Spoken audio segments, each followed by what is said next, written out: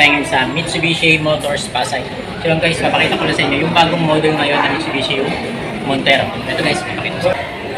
So yun guys, sa harap ng Montero, ito may mga pinagbago rin siya sa bumper niya. No? Yan. Tapos yung color niya, metallic silver yan guys. Oh.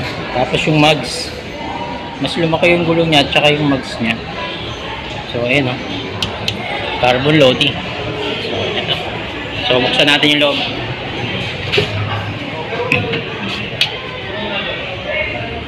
Ayan guys, napakaganda ng loob oh. Ito same pa rin. Sheer. So ganito rin pero mas pinaganda to guys oh. 'Di ba? Para kang nasa ano, eroplano. Ayan. Tapos yung maliit lang yung manabela niya. Basta dito na yung mga pindutan. Ayan. Yung dashboard. Tapos meron ito. Speaker. Ang kabilang gilid. Ano pa rin. Ayan. Ganda guys ng design niya sa bintana. Ayan. Nandito pa rin. Same lang ng iba. Pero mas maganda talaga yung Montero. Dahil ang ganda ng pagkaka-design niya. Diba? Tapos automatic to guys. Oh. Ayan. Dalawa lang yung ano niya. Isang sagas at saka yung preno. Yan. Tapos yung upuan. Maganda guys. Diba? Sarap siguro magkaroon ng ganito. Pangarap din. Siyempre marami nangangarap na magkaroon ng ganito sa sasakyan. Ayan. Diba? Napakaganda. Nung harap. So ito yung taas. Yung ilaw niya. Side. Kagaya ng ibang sasakyan. Ayan, tingnan yung forma ng, diba? Ganda, is tight. Diba? Try natin yung upuan. Ayan. Diba? Ito guys, so dito ako namamaha. Ang ganda. Ganda ang design niya, auto. Tapos, may lagayan ng ano rito. Kaso, pas yung, diba? Ang ganda. Tapos USB.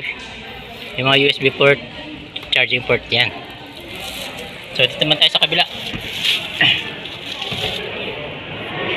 Dito naman tayo sa passenger seat. Ayan, same lang din. Pakaganda. Tapos maluwag guys oh. Ang luwag. Kung mabiyahe kayo ng malayo, diba? May stretch mo pa yung tuhod mo. Hindi kayong isikapan. Tapos may charger na rin dito. 150 watts. Ayan. May mga charging port na rin dito. So kasya siguro dito, depende sa laki. Pero tatlo, pag tatlo kayo kahit malalaki kayo, maluwag pa rin. Kasya ng 4. Yan, may ilaw din dito. Ayan, may hawakan dyan. Tapos yung tela rito guys, ang ganda. Diba? Tapos dito naman sa passenger seat dito sa likod. Yan. Maluluwag din. Diba? Maluluwag din. Kahit tatlo kasya.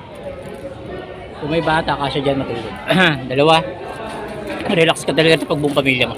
Siguro 1, 2, 3, 4, 5, 6, 7, 8, 9. 9 kayong 9 member ng pamilya. Kasya kayo dito. 3, 6, 9. Kasya.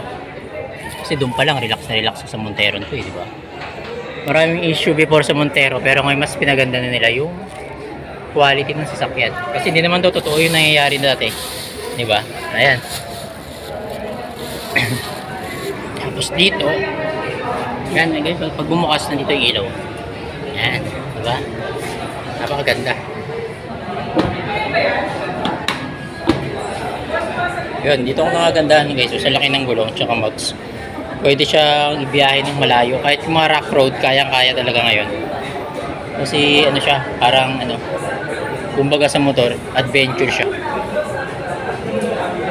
Adventure car, diba? Yung datingan niya adventure car na pwede sa pang racing design. Ganda. Yan. So dito nandito kasi ako sa showroom.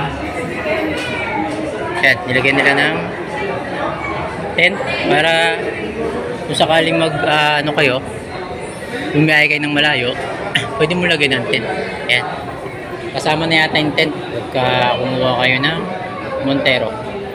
Diba? Pinapakita lang dito yung design.